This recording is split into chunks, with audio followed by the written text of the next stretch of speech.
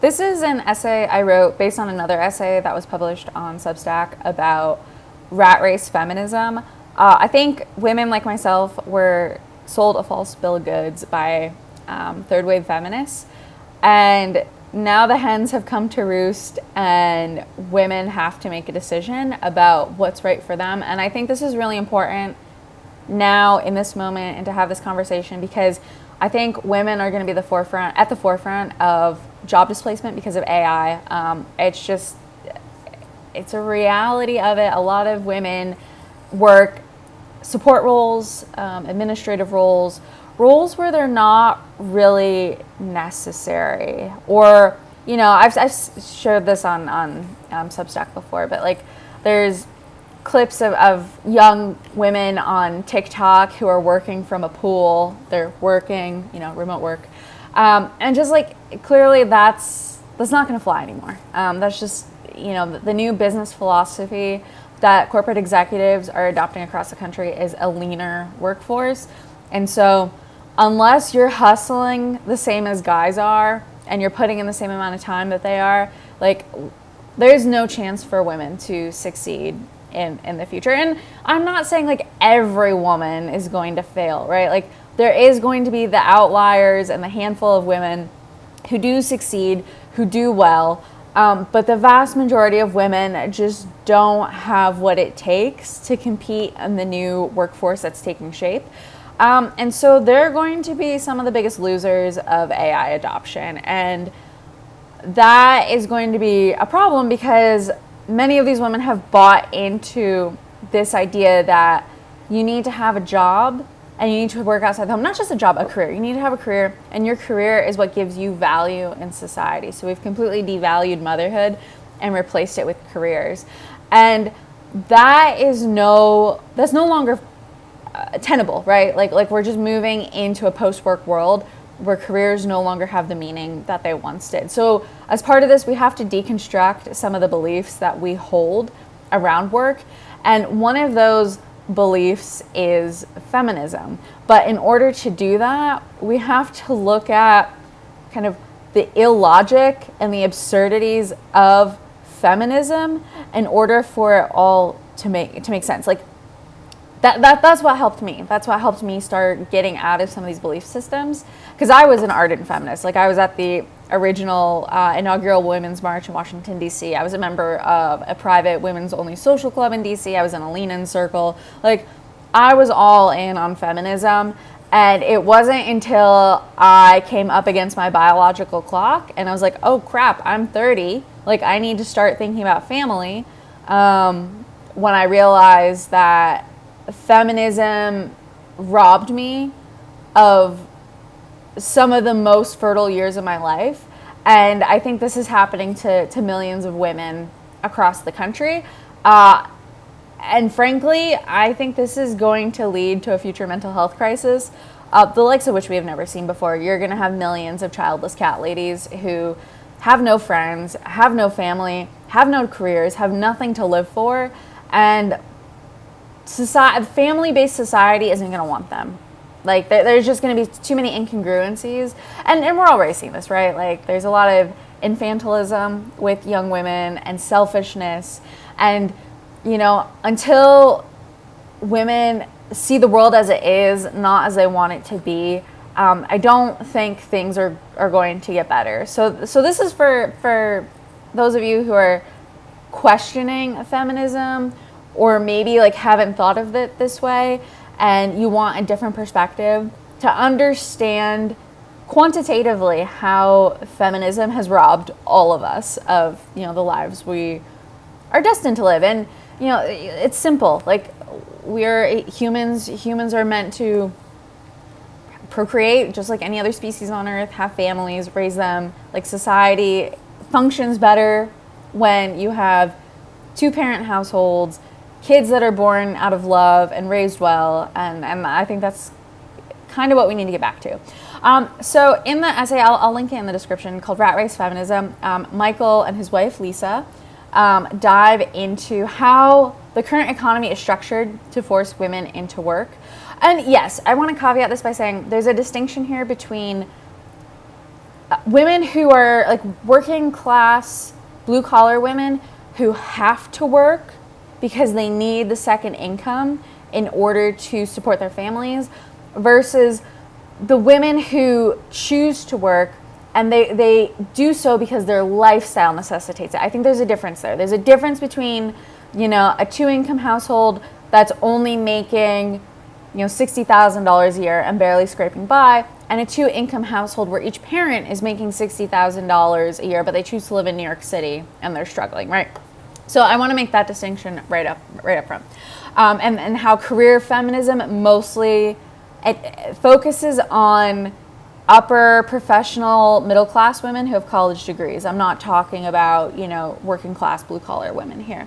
But basically what third wave feminism has done is it has incentivized women through this idea of liberation from the home to go to college and then pursue careers in order to have their own independence, their own life. And in doing so, they transform the social expectations. There's always been social expectations, those didn't disappear, but we transferred them from motherhood to careers. So now the expectation is that women have to have not just jobs, but careers outside of the home that create social value for themselves. What's interesting about this essay is that so it's written by a husband and wife. The wife, Lisa, was an accomplished computer and electrical engineer. She worked in the aerospace industry. She had a real job. She had a real career. And once they had children, she decided to leave her career, stay at home, raise the kids, homeschool them. So this isn't like a barefoot, pregnant, hillbilly woman in Appalachia who's been like forced to stay home and raise kids. Like, this is a highly accomplished, educated woman. Like, she had her own career and she has her own agency to make her own choices, and she made the choice to stay at home. So the reason why she and many others are making this choice is obviously the cost, right? Everyone knows that the cost of starting a family is prohibitively expensive. Now, feminists will argue that they're not receiving enough, right? There's not enough paid family leave. There's not enough childcare support. You know, they're not getting paid enough, yada, yada, yada. Like, it's so much easier to blame other people than to take ownership for your own choices. But what working career feminist women fail to realize is that there's always trade-offs. There's trade-offs for everything in life. And so the trade-off here is between career and motherhood. You can either be a mother and be really good at being a mother, or you can have your career. And it's not that it's either or, right? It's not like, okay, once you become a mother, you'll never have a career of your own, or once you have a career, you can never become a mother. You can have both, but you can't do both at the same time. So one has to give. One has to take supremacy over the other. And just feminist women aren't willing to make that trade-off. So they're trying to make things work. And it isn't going very well. So this essay, what I really liked about it is they did an analysis. Like Michael and Lisa sat down, they crunched the numbers, and basically the economic value of her staying at home was worth $60,000 a year. Like, everyone talks about how moms and stay-at-home moms aren't compensated, and that's true, right? Like, they're not receiving a paycheck. But that's not necessarily a bad thing. Like, as I know up here, you know, stay-at-home moms aren't earning taxable income, so the government's not taking any of your money, which hopefully you'll see in a moment why that's actually important. But the thing is, like, there is economic value. You're just not, like, working for an employer, right? And so the economic value of working outside of the home has to be greater than the economic value of staying at home. Like, that's how this should be thought of, and I don't think a lot of people are thinking about it this way. They're just like, it's become such a zero-sum game, like, oh, I can't have children, or if I want to have children, like, I'm going to suffer, and there's going to be all these costs, and then I'm going to complain about the patriarchy and the system for oppressing me because of all these costs. But really, there's a trade-off, and working outside the home, especially if you don't love your career, right? This is the other thing, too. Like, if you have a job you love and you want to be a mom, like, I think there's ways to make that work, and you have to get a little creative. But what's really crazy is you have all of these like feminist women who secretly really hate their jobs. They don't actually like them, but they're complaining anyways. They're complaining about the cost of raising children and how prohibitively expensive it is, and they hate their jobs. So I don't even know why they're defending their jobs. Like, I hated my job. It was miserable. If you work a desk job and you love it, like, God bless you. I don't know a single person who loves sitting at a cubicle all day, scrolling through email, pretending to work. Like, I was bored out of my mind. And frankly, the office gossip, like, it's just so shallow. Like, I don't understand why people enjoy, like, working in, like, petty offices with menial cognitive labor that doesn't use any of your skills or talent and takes away all your time and makes it difficult for you to start a family, which is, personally, I think, like, the most important thing in the world. It's the only thing, like, you're going to get value, right? Okay, think of it this way. Like, your employer can give you a pink slip tomorrow. They can fire you. They can do whatever. Like, your family is your family. They're going to be there, like, when you celebrate key life milestones, when you die someday. Like, your coworker isn't going to be at your funeral. They're not going to be at your bedside when you're suffering from cancer, right? It's going to be your family. So you should probably invest in the things that actually matter, not the things that feminists tell you that matter. But that's a side topic. Anyways, I want to break down the numbers for you to actually show you what this looks like from a real world perspective. So I'm going to use myself as an example. My last high-paying W-2 job when I lived in Washington, D.C. was $73,000 a year, and I was 28 years old. So that's, a prime time for someone to start thinking about a family. And I think that's a pretty, like, this was in 2019, so this was several years ago. But, like, we know wages haven't kept up with inflation. So I think this is a pretty reasonable benchmark for what someone should be making. And again, I know industries vary, so, like, working in DC, like, that whole market, I think the incomes are suppressed compared to, like, Silicon Valley. But I think it is, like, the average recent college grad, I think, is making $68,000 a year, and a lot of college grads are underemployed as it is.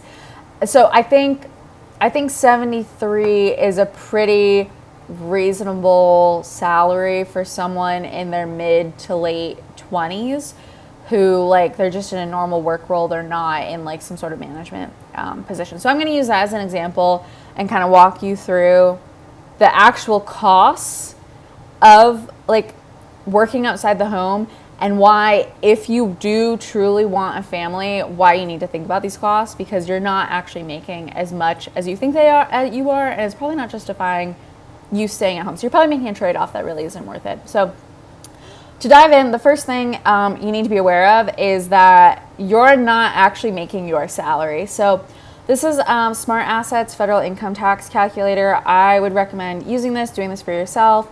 So I plugged in my income from when I left my last job in Washington, D.C. Obviously, we're going to use D.C. as an example here, and we'll go from there. So you're taxed out the wazoo, and you probably don't even know it. So right off the bat, a $73,000 salary gives you about $56,000 a year in actual take-home pay. Like, that's the cash that's coming into your bank account.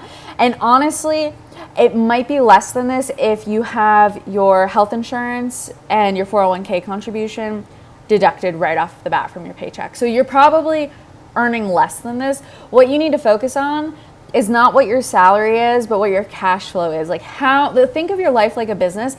How much cash is hitting your bank account every month, and that's how much you get to work with. And so I have plugged this number in here. So someone who's in their late 20s, making $73,000 a year, take-home income is $56,000 a year.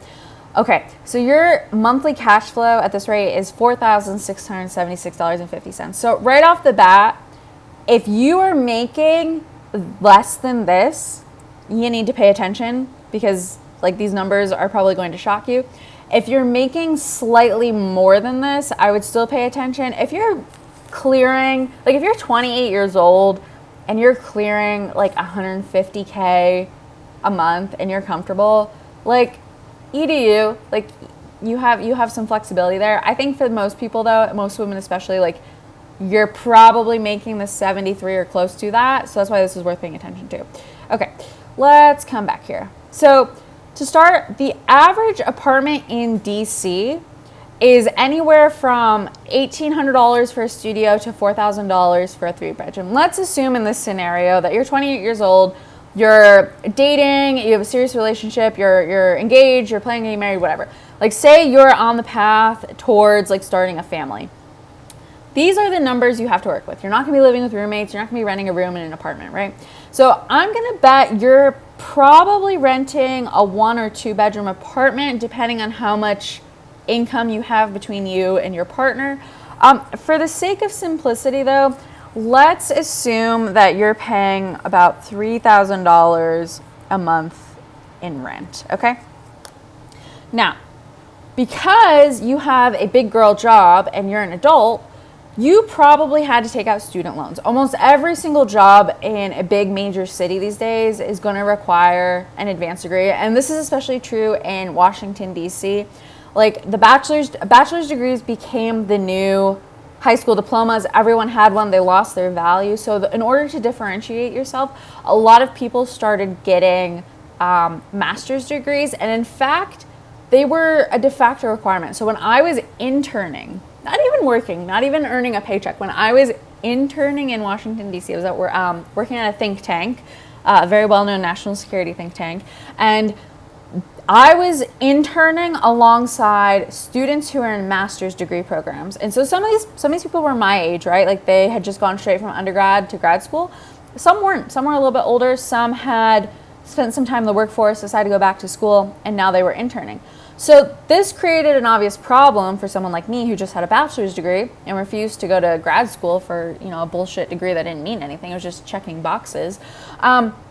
Why would anyone pay me a salary, a paycheck, whatever, when you have a whole cadre of master's students who are willing to work for free, right?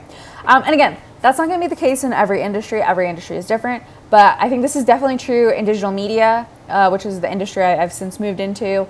I think this is true in industries like Hollywood and LA, anywhere where there's an abundance, there's a surplus of talent that are chasing limited number of coveted and prestigious jobs. I think you're going to have people that are going to be willing to work for free, and that's going to decrease the income levels of that industry, but it's also going to increase the need to differentiate yourself. So someone is going to have a master's degree in order to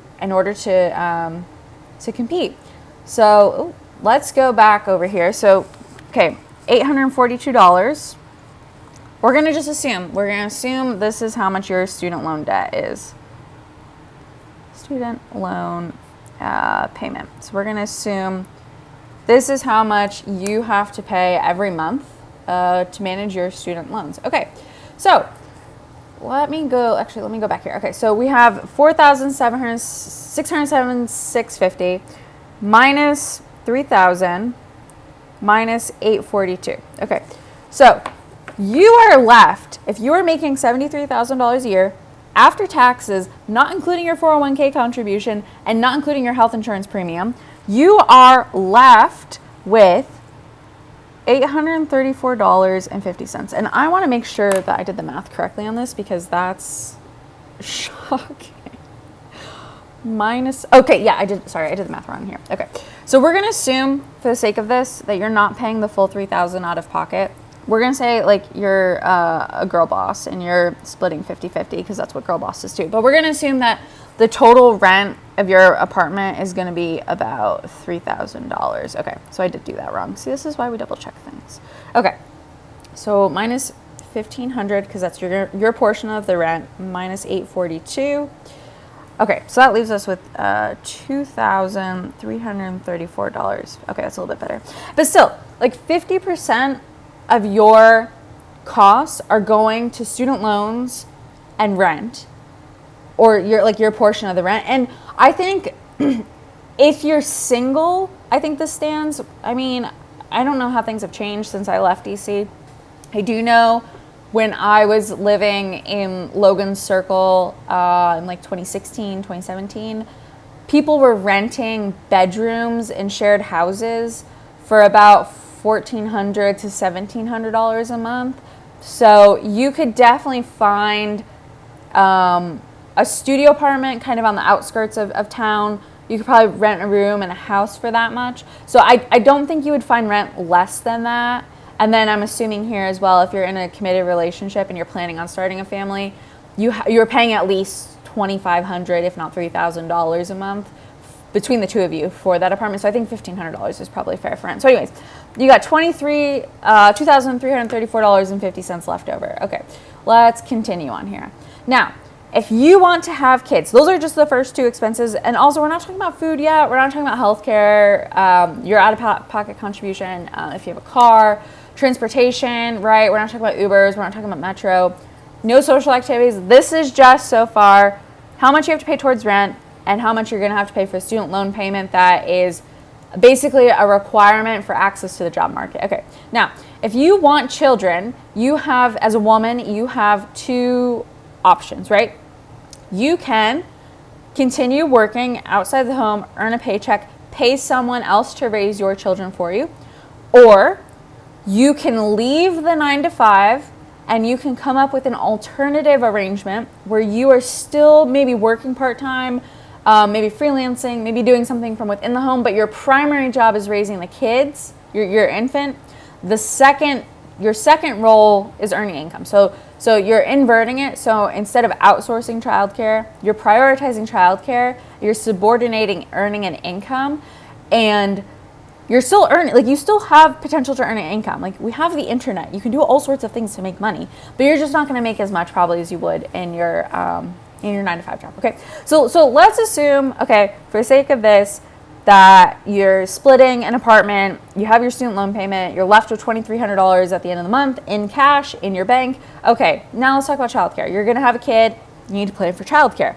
So according to Google, the average annual cost of childcare is $20,410, and this is going to vary based on the type of place you go to and how old your kid is. And oh, by the way, because so many working families, especially in high cost of living centers like cities like DC, are competing for limited childcare spots, you're probably going to have to pay more for the child care center that you want, and there's probably going to be a wait list that you need to get on before you even have a family. So there's that whole that side of things. But let's just say here that $20,410 is what you pay. So $20,410 divided by 12. Okay, that's $1,700 a month, right? Okay, so you have your $2,300 here minus $1,700 for childcare. Okay. And that is 4.5 minus 1,700. Okay, so you're left with $634.50. Again, we haven't talked about anything else. Like, this is what you have to live off of, essentially. If you choose to continue working, if you make $73,000 a year or less, you live in a high cost of living place like Washington, D.C., and you choose to continue working outside of the home, this is what it's going to cost, right? This is what it's going to cost. Now, the thing is, I'm not going to say it's easy to replace this income, this $4,676 income. I'm not going to say it's easy. It is possible. It is more than possible. And so if you're paying $1,700 a month, or, think of it this way. Think of it as a $20,000 tax, okay? So right off the bat here, just think of it as a tax. Okay, so right off the bat here, so you're making whatever, $73K. So your taxes, you're paying about $17,000 in taxes, in actual taxes. Taxes. Okay. But then you're also paying $20K as a tax, right? So the value right there, the economic value of you working outside the home, the cost is $37,000, right? So you just need to do the math for yourself and basically figure out like, what is it worth to you? And you know, what makes, are you making enough to justify continuing to work outside of the home? If you're not, then maybe you need to reconsider. Then you have two options. You can either not have kids, be a childless cat lady, and then regret it in the future, or you can have kids and decide like, hey, I'm not going to do the career thing anymore. Feminism lied to me. And so this is what this is all about, is it's really gotten us into this world where we think we need to have careers based on our perceived value and worth in society. And in reality, we're making less. Like, women aren't really making more by working outside the home, right? Like, we're only making that much at the end of the month. That's all you have to show for your hard work.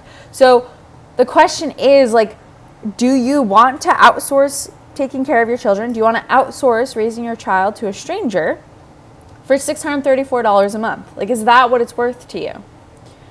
If the answer is no, like, you have to make a choice. If the answer is yes, and you have the means, like, go forth and do whatever you want to do. But I think women need to start thinking about this more mathematically, because we've been told something about ourselves and our perceived value in society that isn't rooted in math. And so I want to close by highlighting, this is the article. It's on polymathic being. It's called Rat Race Feminism. And it really breaks down kind of what I just talked about, but the whole idea that women have been told to have careers only to join the rat race, right? So, like, the reality is, like, men aren't oppressing us. Men never oppress. I mean, okay, there's examples of abusive men, sure. There's abusive women too, by the way. But we're not, like, systematically being oppressed by the patriarchy. If anything, the patriarchy has liberated us from the rat race. They've given us an out. And there is, like, it's not like you're going to sit at home eating ice cream all day, right? Like, becoming a mother and a wife, like, is work. Like, you're not just going to sit at home and twiddle your thumbs all day and do nothing. But I think we live in a new world where, like, housework has gotten easier to do. You have, like, Roombas and robots and everything. Like, it's not like the 1950s, right? You're not slaving away hand washing dishes all the time. You know, cooking isn't the end of the world. It blows my mind that people would rather eat, like, processed food than cook their own food. Like, cooking's fun. I don't know. I like cooking, so it's fun for me. But I lost where I was going. I lost my train of thought. Anyways, there's just the trade-offs, I don't think, are just as beneficial as we've been told they are. And I think feminism has lied to us and told us that we need to have careers. But if you actually dig into the math, you look at how much you're being taxed, you look at how much you're paying in childcare, or the existential cost of forfeiting motherhood altogether, I don't know that it's worth it. So I think it's worth doing the math and actually looking at it. Don't look at the cost of childcare in and of itself and lament at how expensive it's gotten. Like, look at how much you're sacrificing and what little you're gaining from outsourcing childcare to strangers. And then, like, look at your own career and the value of it. If you're not bringing home much bacon, but you want to be an independent girl boss, like, you need to find a better job. I don't know, like you have to make the math work, and I don't know that enough women are willing to do that, and they've gotten trapped in the rat race as a result and blaming the patriarchy rather than taking responsibility for themselves. So I'll link this below. This is a really interesting article. I would highly recommend reading it, and yeah, do some math for yourself. I think it's worth diving deeper into this topic. If you like this video, please subscribe, share it with anyone you know, and leave your thoughts in the comments below. I'll see you in the next video.